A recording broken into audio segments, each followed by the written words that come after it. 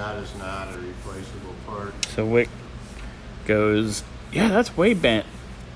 And then looking at it, holy shit, that's way bent.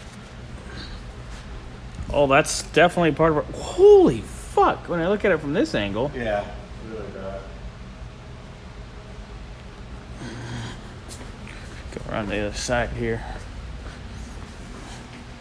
Oh, wow. Yeah, that explains why it's cocked, too. Mm-hmm. Ooh, God, that's bright. It's like, look into the light. Anyway. Fuck.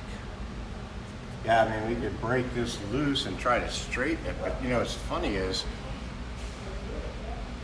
this being bent has to be pulling this thing forward or something, because the way it's putting load on stuff. yeah, Which totally explains why the driver's sides. this came out again. God damn it, motherfuck.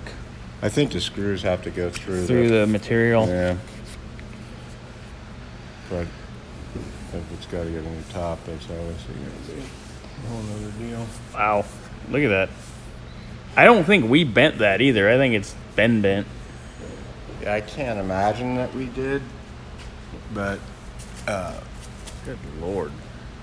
I just don't understand why would that one side, it's